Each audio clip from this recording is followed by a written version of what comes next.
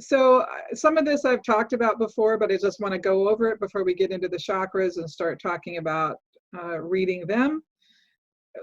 And some of you guys who have been or are coaching students, we've talked about some of this before, but before you start reading, you always want to find your space first. So that's why we ground, that's why we run energy, that's why we do the roses. We want to be really clear on where our energy ends and someone else's begins. We want to have that distinction. This is mine and that's yours. And in ours, we may have a whole host of stuff going on. As you've heard, almost everybody has some stuff going on both ends of the spectrum and everything in between. So, but the whole point is find your space first before you start to read. It's not that you can't. I mean, it's like I've not never read a person and haven't grounded fully, but you know, I'm definitely focused and I'm clear about where my space is.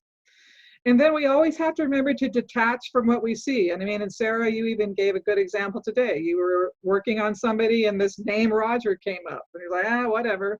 You can't judge it. You can't be worried about what you see, and you can't be concerned about the information you give. It's just what you see, and you have to detach from it. You're an observer.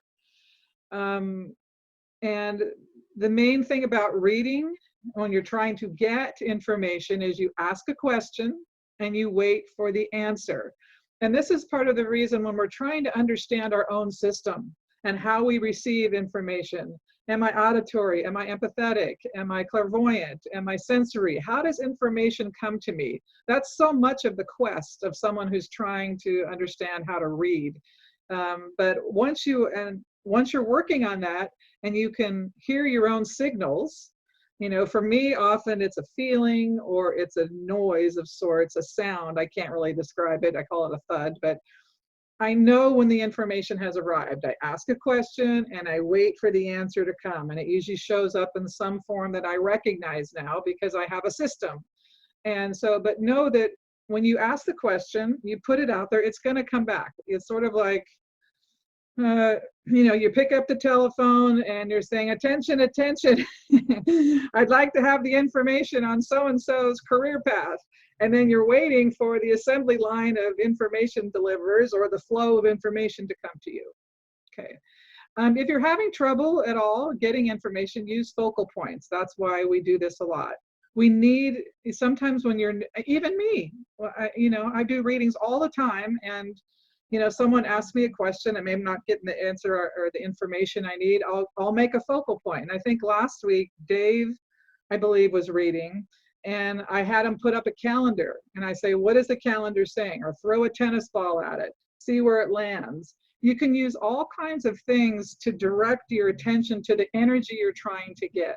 And focal points are great. That's why so many people read cards, because they're focal points for the energy. And I think I've said to you before, I have nothing against cards. I've taught the tarot many times. For me, I find them constraining. Maybe you don't, but the point is to have a focal point so you can get the information, that's all. And take your time. You know, one of the things, especially about me, is because I've been doing this a long time, I'm faster at it than you guys probably are.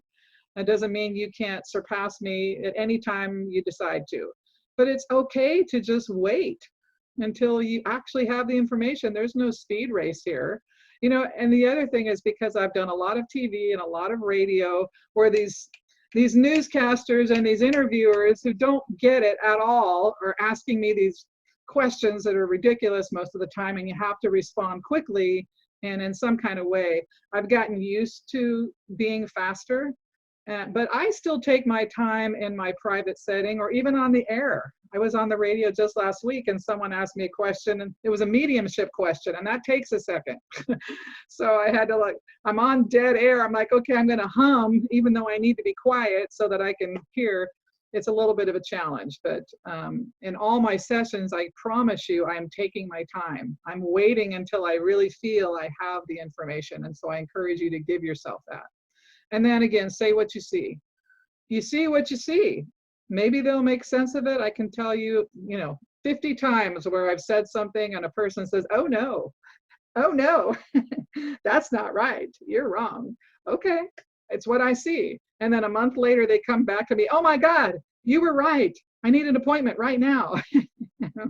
Or I have this other client, I've been doing coaching with him for quite some time, and we got on Thursday, and he says, well, you were right again. You know, when I get off, I'm always like, Phyllis, you know, I don't think she knows what she's talking about, but you were right again. And I don't care about being right, by the way. I care about reporting what I see. But it's so important that you just say what you see. You can't think about it. And that's where I lead us to divorce yourself from accuracy. Accuracy is not the goal. Truth telling is the goal. What do you see? What is true to you? When you receive a signal, what makes you feel right about the information you're giving when you give it? You're not there to please your client or your person. You're there to share what you actually see, because that's ultimately what's going to be helpful to them. Because if it sticks with them, like different people who like, oh no, that's wrong. If it sticks with them, they're going to get some benefit out of it down the road. And finally, as I've already said, learn your signals. How does your system work? You know, like Sarah, for instance, you talked about you were in your space and you heard the name Roger. Well, I would be revisiting that moment for myself and understanding the condition of my body. How was I in the zone? Was there music going? Was I grounded? You know, what was my state of being when that happened? You know, what was I thinking about? What was my focus?